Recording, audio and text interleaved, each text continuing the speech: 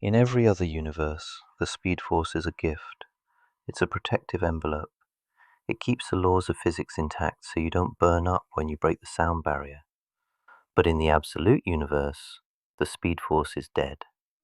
And what replaced it is a disease. This isn't a story about a hero saving the day. This is a story about a 15-year-old kid named Wally West who accidentally turned his mentor into a nuclear shadow just by running. Welcome to the darkest timeline DC has ever created. I'm Daniel, and this is Comic Flex. We break down the comics, the versus battles, and the horror moments you might have missed. If you're new here, hit that subscribe button. We are trying to hit 100 before the Flash stops holding back. Now, let's talk about the speedster who runs on entropy instead of hope. To understand this Flash, you have to forget everything you know about the accident. There was no lightning bolt hitting a shelf of chemicals. There was only Fort Fox. In the main continuity, the Speed Force is a battery. It gives energy to the universe.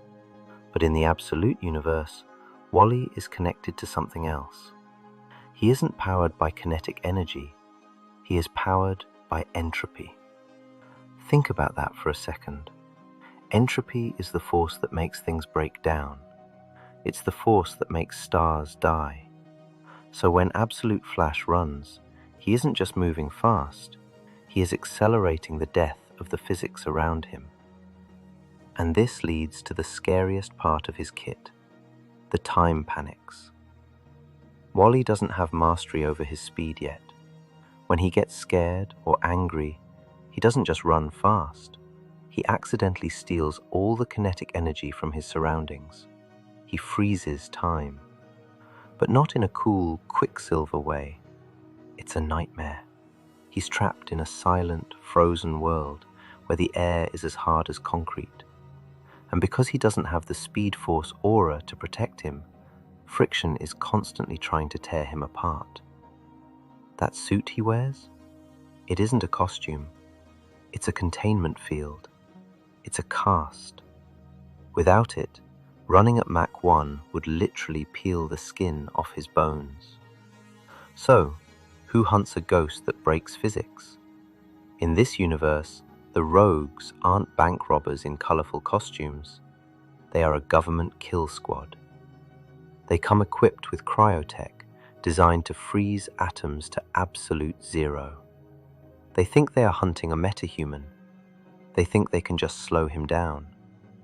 But they make one fatal mistake. They back him into a corner. When Absolute Flash stops running away and decides to fight, the safety comes off. He stops worrying about breaking his bones. He stops worrying about the collateral damage. This is the God mode moment. When he runs now, he leaves a trail of spatial tears behind him that don't fade. He isn't just moving through space, he is carving a tunnel through it. The rogues don't even get to pull the trigger. Their weapons rust and crumble to dust before the neural signal reaches their fingers.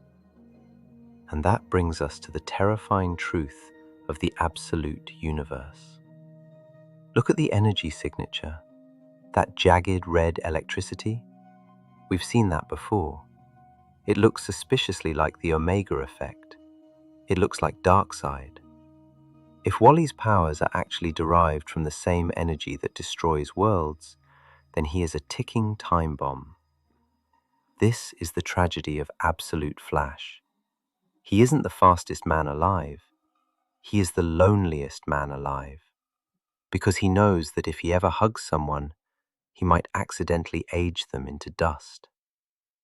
But I want to hear from you. Do you prefer this horror Flash over the classic hero? Or is DC trying too hard to be edgy? Let me know in the comments. Again, I'm Daniel, and this has been Comic Flex. Thanks for watching, and I'll see you in the next one.